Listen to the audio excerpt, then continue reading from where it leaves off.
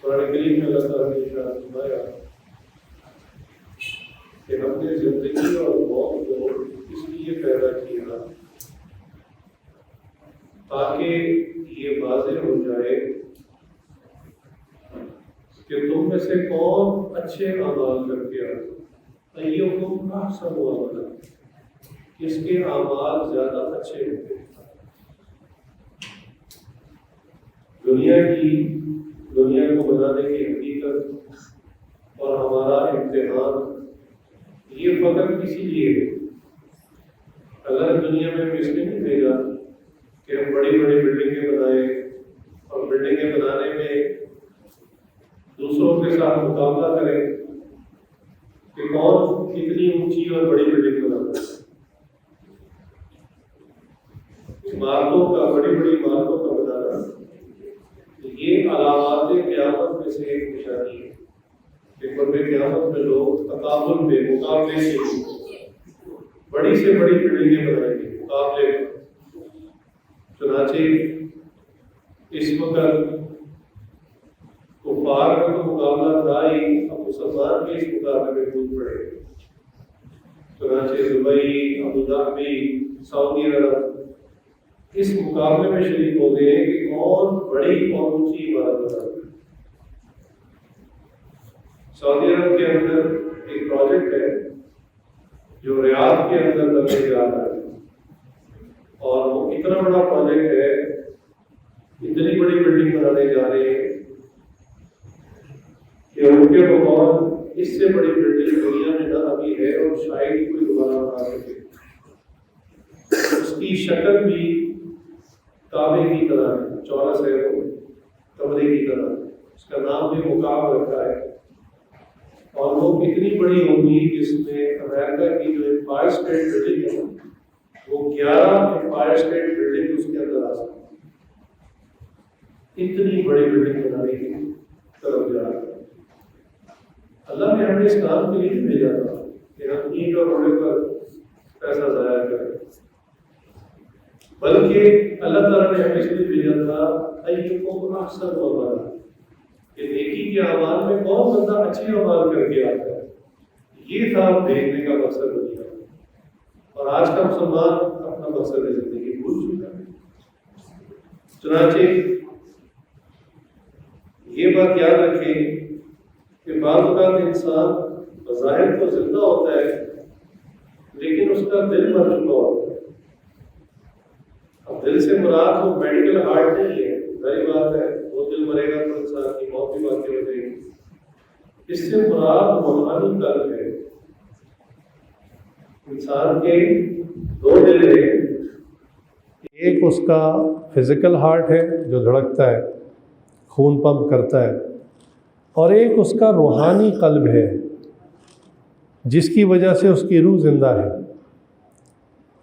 तो बाज़ औक़ात इंसान तो ज़िंदा होता है लेकिन उसका दिल मुर्दा हो चुका होता है।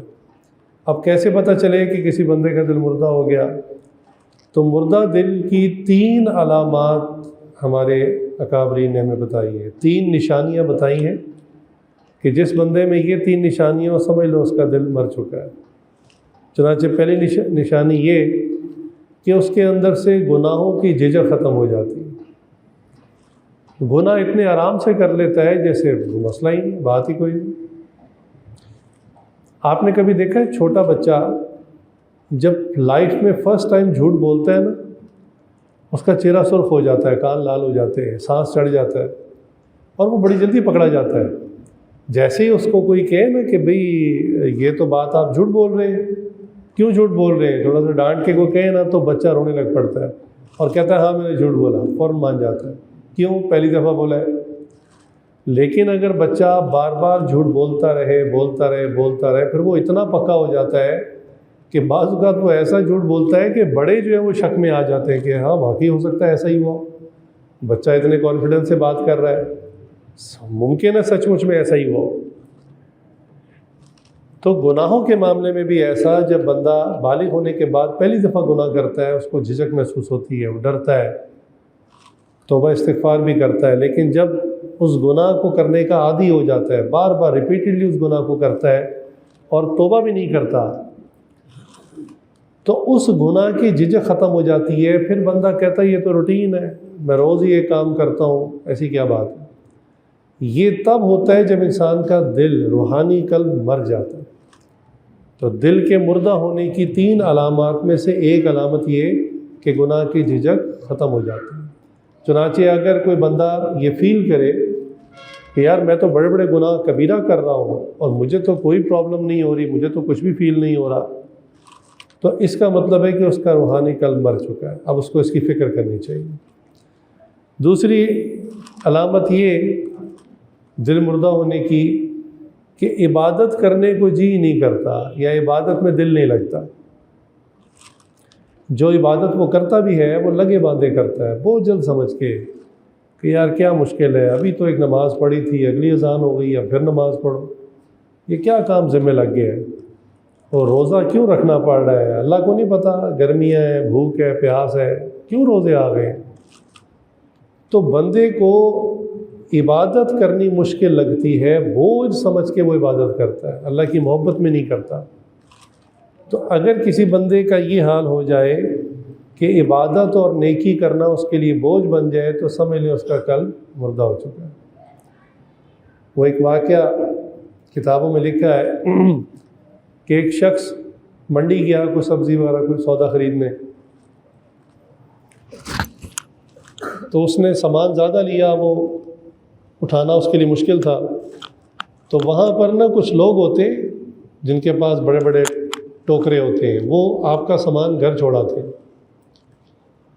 तो एक बंदा मिला, उसने कहा मेरा सामान घर छोड़ दोगे। मैं कहा जी क्यों नहीं छोड़ेंगे, मजदूरी करेंगे। पैसे तय हो गए, सब कुछ हो गया, लेकिन उस मज़दूर ने कहा कि देखो आप जितना दूर घर बता रहे हैं ना, रास्ते में लगता है नमाज का वक्त हो जाएगा, और ये बात मैं पहले बता रहा हूँ, अगर नमाज का वक्त हो गया तो फिर मैं सौदा छोड़ के मस्जिद में नमाज़ पढ़ूँगा। उस बंदे ने सोचा कि ठीक है, नमाज़ पढ़ने में कितनी देर लगती है, पढ़ लेना। इसने उसका वो सर पे उठाया और चल पड़े। वही हुआ, रास्ते में अजान हो गई, तो ये रास्ते में मस्जिद थी, वहाँ उसने वो टोकरा रखा उसका सामान का, और उसने कहा मैं अंदर जा रहा हूँ नमाज़ पढ़ने। अब वो बंदा बाहर ही खड़ा है, वो अंदर नहीं गया जिसका सामान था। अब ये बंदा अंदर चला गया, जाके नमाज़ पढ़ रहा है। तो नमाज पढ़ के लोग अब बाहर आना शुरू हो गए, वो बाहर ही नहीं आ रहा। ये थोड़ी देर इंतज़ार करता रहा कि चलो कोई सुन्नतें पढ़ रहा होगा, कोई दुआएं मांग रहा होगा। और टाइम गुजरा, फिर वो बाहर ना आया, सारी मस्जिद खाली हो गई। तो इसने ना बाहर से ही खड़े खड़े उसको आवाज़ दी, उसका नाम लेके, हाँ भाई क्या मसला है, बाहर क्यों नहीं आते। तो उसने अंदर से आवाज़ दी, जी वो मुझे आने नहीं देता, वो मुझे बाहर आने नहीं देता। तो ये समझा कि शायद किसी ने उसका हाथ पकड़ा हुआ अंदर रोका। उन्होंने कहा भाई कौन तुम्हें बाहर नहीं आने देता। उन्होंने कहा वही जो आपको अंदर नहीं आने देता, वो मुझे बाहर नहीं आने देता। बाज़ लोगों को मस्जिद के अंदर जाने की तौफीक नहीं होती, और बाज़ मस्जिद आ जाते हैं तो माशाअल्लाह इबादत में उनका इतना दिल लगता है, जैसे लोग रग़बत से शौक़ से अपनी मनपसंद की डिश खाते हैं ना, ऐसे अल्लाह के बंदे शौक़ से रग़बत से इबादत करते हैं। उनको इबादत में इतना मज़ा आता है, लुत्फ़ आता है। तो दिल मुर्दा होने की 3 अलामात, 3 निशानियाँ। एक तो ये कि गुनाहों की झिझक ख़त्म हो जाती है। दूसरी बात ये कि नेकी और इबादत का दिल नहीं करता। और तीसरी निशानी ये कि नसीहत बुरी लगती है। कोई बंदा समझाए ना तो कहते बस बस मुझे ना समझाएं, मुझे आपसे ज़्यादा पता है। उसी को समझूं हूँ दुश्मन जो मुझे समझाए है। जो नसीहत करे वही दुश्मन बन जाता है। इसीलिए आजकल के नौजवानों के लिए वालिद दुश्मन होता है, वालदा दुश्मन होती है, उस्ताद दुश्मन होता है। वो जो दोस्त होता है ना, वो हमेशा उल्टे कामों में साथ देता है, नेकी की बात नहीं करता, बस वो अच्छा लगता है कि यार तू ही दुनिया में मेरा खैर खा है। बाकी अम्मी अबू तो दुश्मन बने हुए मेरे, बस हर वक्त नसीहत ही करते रहते हैं। तो ये कैफियत किसी की हो जाए तो समझें कि उसका दिल मुर्दा हो चुका है। तो 3 अलामात बड़ी अहम हैं। चुनाचे इसका नतीजा क्या होता है जब दिल मुर्दा हो जाता है? फिर मुसल्ले पर चंद मिनट बैठना बहुत मुश्किल लगता है, स्क्रीन के सामने घंटों बैठना बहुत आसान लगता है। घंटों बैठे रहते हैं स्क्रीन के आगे, टस से मस नहीं होते। तो मुझे एक नौजवान ने बताया कि जी हम तो जब फिल्में देखते हैं या गेम्स खेलते हैं तो वो इतनी लंबी होती हैं, इतने घंटों लग जाते हैं कि हमें भूख लगती है तो हम स्नैक्स साथ रख के बैठते हैं कि भूख लगेगी तो साथ साथ खाते जाते हैं, साथ साथ कोल्ड ड्रिंक पीते रहते हैं कि इसके लिए भी उठ के जाना ना पड़े। इतने घंटों हम बैठे रहते हैं। अल्लाह अकबर कबीरा। अमेरिकी शहरियों को एक बीमारी है जो उनके शहरियों में बहुत आम है, और भी मुल्कों में है लेकिन अमेरिकन को बहुत ज़्यादा है। हर तीसरा चौथा बंदा इसका शिकार है, और वो मोटापा, बहुत ज़्यादा मोटापा। और उसकी वजह भी उनके डॉक्टर्स ने यही बताई है कि ये फास्ट फूड और इस किस्म की चीज़ें, बर्गर, पिज़्ज़े, इस किस्म की चीज़ें खाना और मुसलसल स्क्रीन के आगे बैठे रहना, तो इसकी वजह से इंसान को ये बीमारी लग जाती है। चुनाचे कुरान पढ़ना मुश्किल, फ़ोन पर घंटों बातें करना आसान। रात जाग कर इबादत करना मुश्किल, सारी रात जाग कर गुनाह करने आसान। इसलिए कि जिस बंदे का दिल मुर्दा हो जाता है फिर उसका इबादत में मुसल्ले पर तस्बीह और कुरान के साथ वक्त नहीं गुज़रता, बल्कि गुनाहों के अंदर स्क्रीन के आगे और अपने जैसे दोस्तों के साथ वक्त गुज़रता है।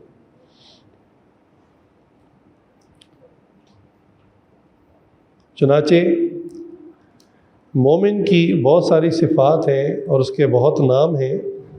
एक उसकी सिफ़त है, एक उसका नाम है आबिद, कि मोमिन इबादत गुज़ार होता है, अल्लाह की इबादत करने वाला होता है, और इबादत में उसको ऐसा शौक़ होता है कि बस उसको वो लज्जत और मज़ा आता है। जैसे मैंने कहा ना, एक शौकीन, खाने का शौकीन है, उसको खाने में मज़ा आता है कि उसके सामने मुख्तलिफ डिशेस रख दें तो वो फिर शुरू हो जाता है, पेट भरा भी हो फिर शुरू हो जाता है।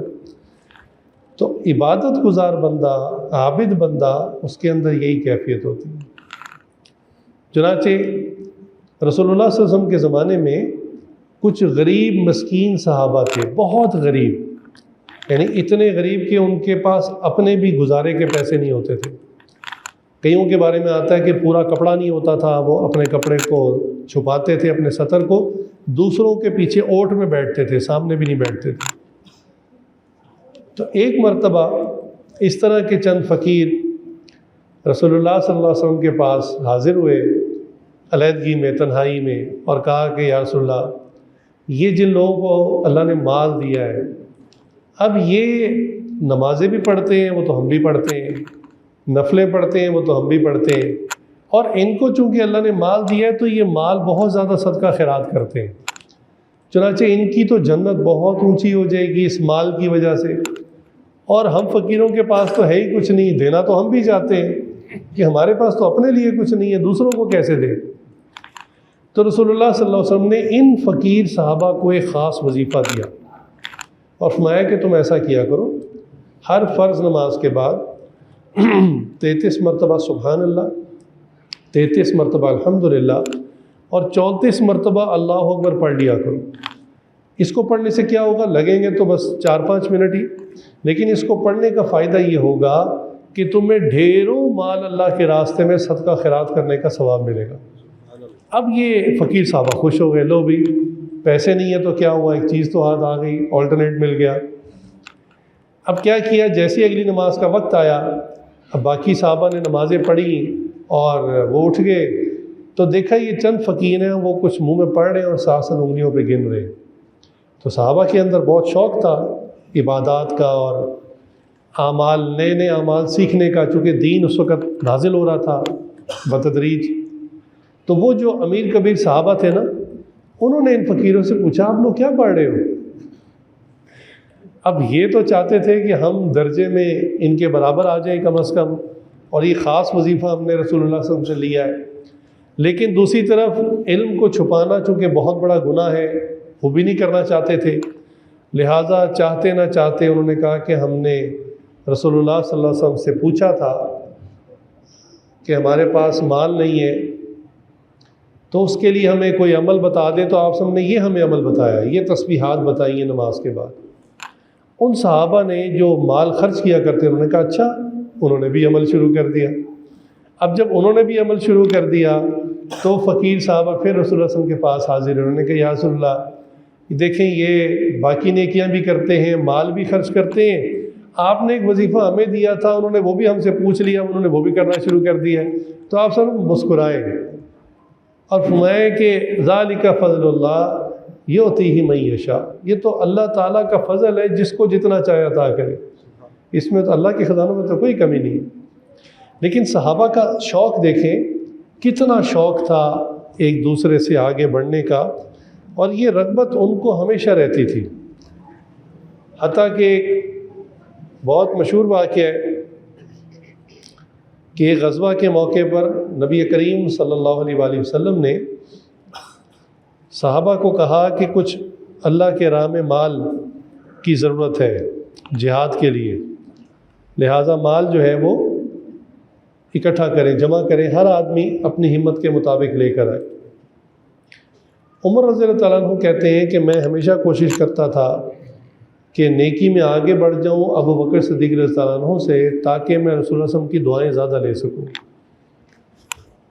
उनमें ये तकाबुल नहीं होता था कि दूसरे को नीचा दिखाऊं, नहीं, सहाबा में एक शौक़ होता था कि आप सल्लल्लाहु अलैहि वसल्लम की तवज्जो मुझे ज़्यादा मिले, उनकी दुआएँ मुझे ज़्यादा मिले, इसलिए वो नेकी अल्लाह के लिए करते थे, लेकिन अल्लाह के रसूल को भी खुश करते थे ताकि उनकी भी दुआएं तवज्जो मुझे ज़्यादा मिले।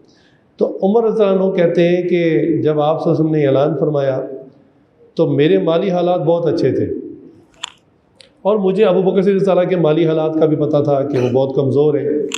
तो मैं दिल ही दिल में खुश होने लगा कि आज वो मौका आ गया है कि मैं अपना माल लेके जाऊँगा, और मेरा माल मिक़दार में ज़्यादा होगा तो मैं नबी करीम सल्लल्लाहु अलैहि वसल्लम की ज़्यादा दुआएं हासिल करूँगा।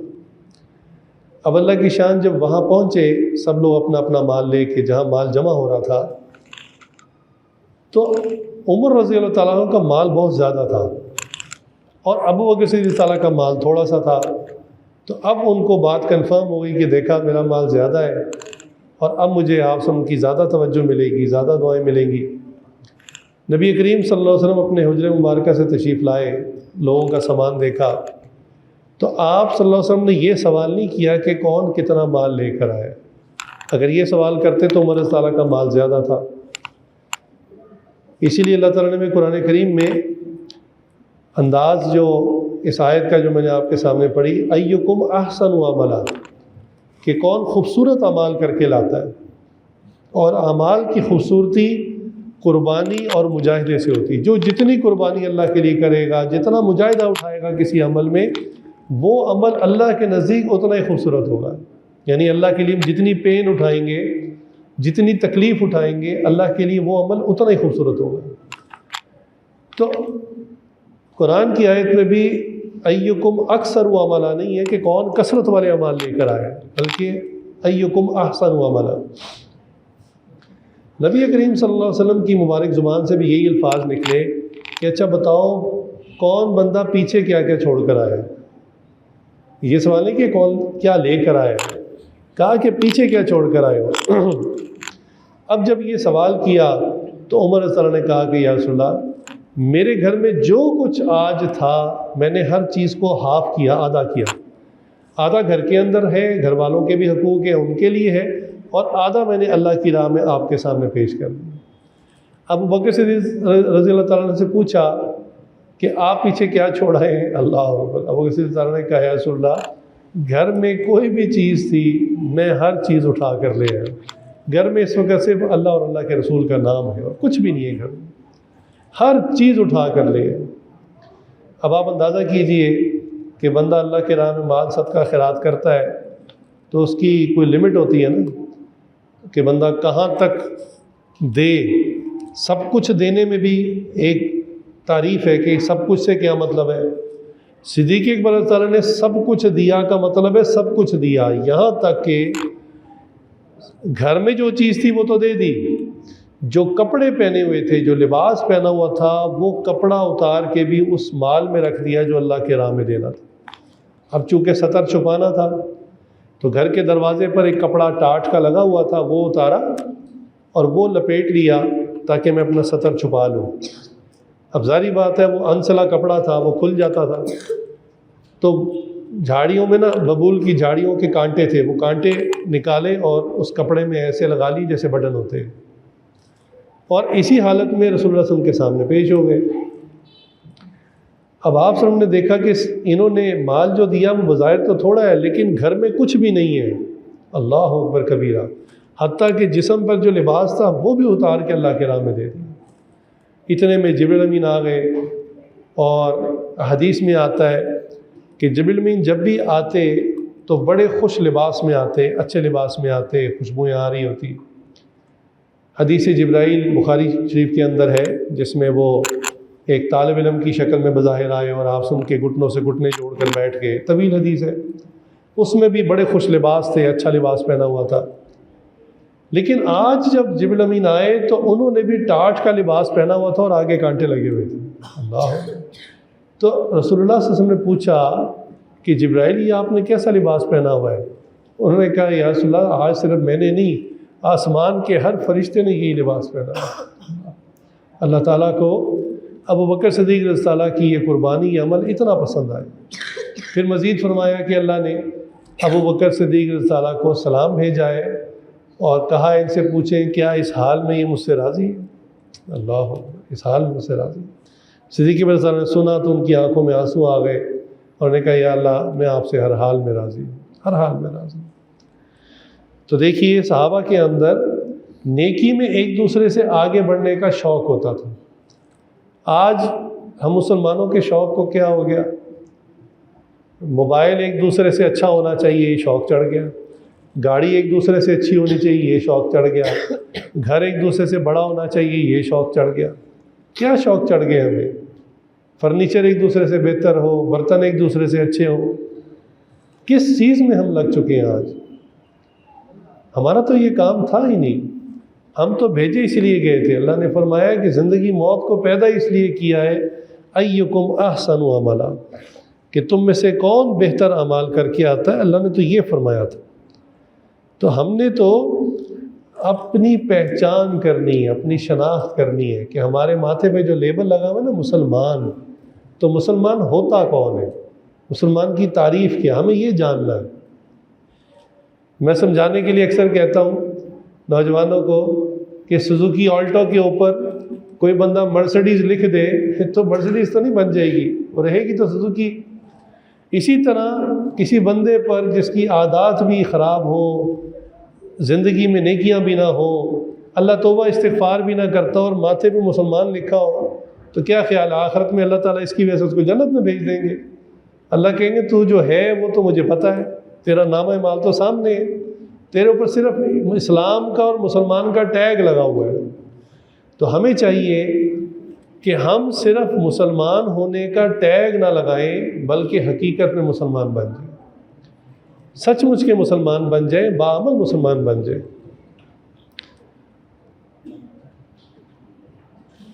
चुनाचे चीज़ों की जो बात है उसमें इतनी बात याद रखें कि हम अल्लाह से कभी गाड़ी मांगते हैं, कभी बीवी मांगते हैं, कभी औलाद मांगते हैं, कभी घर मांगते हैं, चीज़ें मांगते हैं। हम अल्लाह से अल्लाह को नहीं मांगते। याद रखें जिसको अल्लाह मिल गया उसको सब कुछ मिल गया। पुराने वक्तों की बात है, एक बादशाह था, उसकी 4 बीवियां थीं।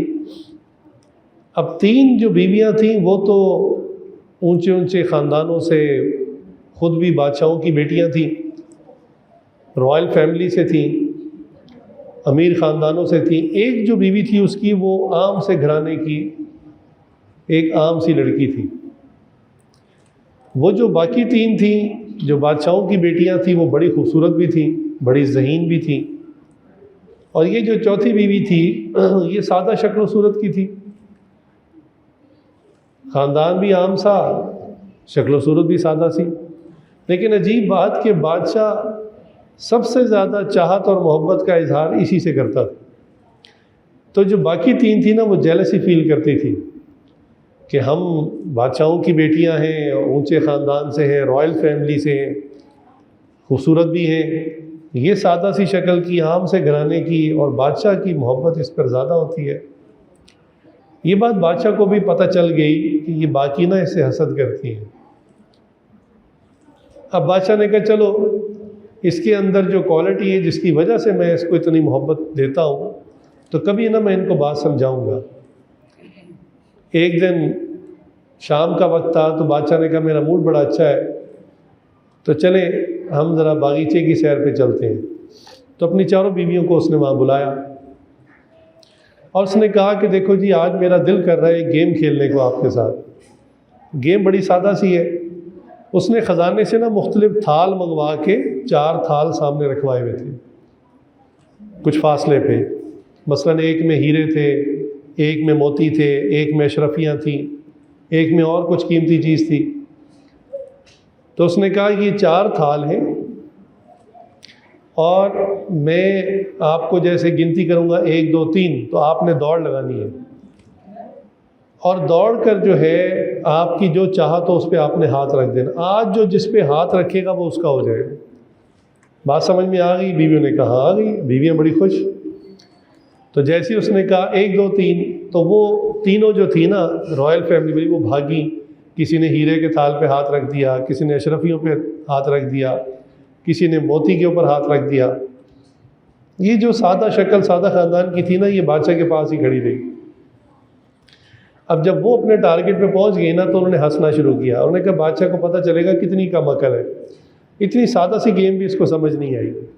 इतना सा काम था कि दौड़ कर किसी थाल पे हाथ रखना था, इसको ये भी समझ नहीं आई। तो बादशाह ने पूछा भी आप नहीं दौड़ी, क्या वजह, आपको बात समझ नहीं है? उसने कहा समझ में आ गई है, आपने यही कहा ना आज जो जिस पे हाथ रखेगा वो उसका होगा। उन्होंने कहा हाँ। तो उस बीवी ने बादशाह के कंधे पे हाथ रख दिए। तो उस वक़्त बाकियों को पता चला कि ये कितनी अक्लमंद है और कितनी बादशाह से मोहब्बत करने वाली है। तो इस मिसाल से बात समझें कि हम कभी मोबाइल पे हाथ रखते हैं, कभी घर पे हाथ रखते हैं, कभी बीवी पे, कभी औलाद पे, कभी कारोबार पे। हम अल्लाह को क्यों नहीं चाहते? अगर हम अल्लाह को पा लें, अल्लाह को चाह लें, जिसका अल्लाह हो गया सारे ख़जाने उसी के। अल्लाह और अल्लाह के रसूल की मोहब्बत ऐसी है कि जिस बंदे को ये मिल जाए सब कुछ उसको मिल जाए। उलमा इक़बाल रहमतुल्लाह का एक शेर है, अरबों खरबों रुपए का है, यकीन जाने वो प्राइसलेस है, उसकी कीमत नहीं दी जा सकती। कि मोहम्मद से वफ़ा तूने तो हम तेरे हैं, यानी अल्लाह ताला की तरफ से ये कलाम गोया है। अल्लाह ताला हम इंसानों को कह रहे हैं कि मोहम्मद सल्लल्लाहु अलैहि वसल्लम, कि मोहम्मद से वफ़ा तूने तो हम तेरे हैं। ये जहाँ चीज़ है क्या, लौहो कलम तेरे हैं।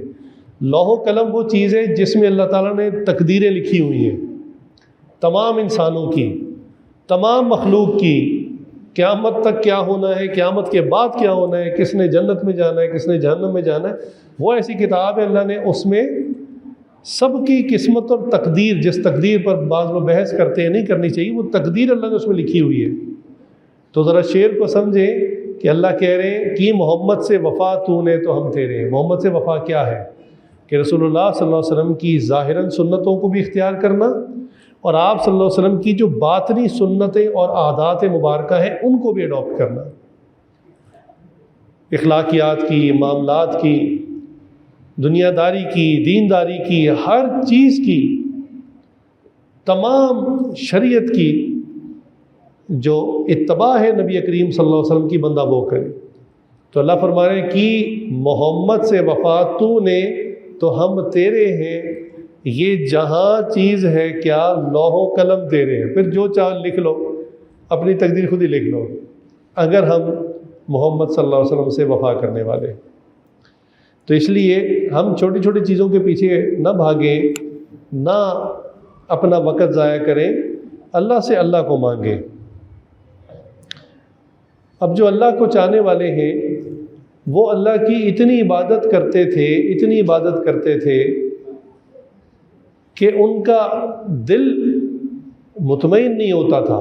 जिसे कहते हैं ना, दिल बेचैन रहता था, इबादत करके भी बेचैन रहते थे, हम और इबादत करें।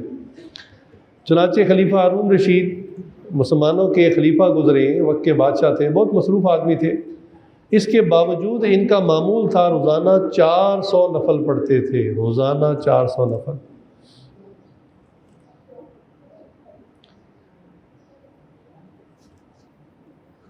ये इंडिया पाकिस्तान इकट्ठा था बरे सगीर की तारीख में ही, अभी चंद साल पहले कह लें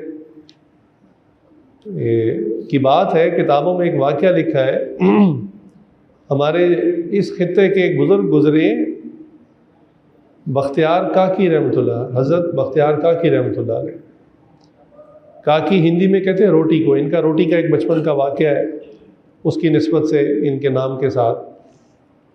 तो ये बहुत बड़े अल्लाह के वली थे, बहुत बड़े बुज़ुर्ग थे। अच्छा, इनका इंतकाल हो गया, वफ़ात हो गई। अब चूँकि ये कोई आम आदमी तो थे नहीं, तो वो बात तो फिर फैल गई पूरे मुल्क में, और दूर दराज से लोग इनका जनाजा पढ़ने के लिए आ रहे। हज़रत के मुरीदों में ज़ाहिर बात है अक्सर लोग नेक थे, कुछ आलिम थे, कुछ मुफ्ती थे, कुछ हाफ़िज़ कुरान थे।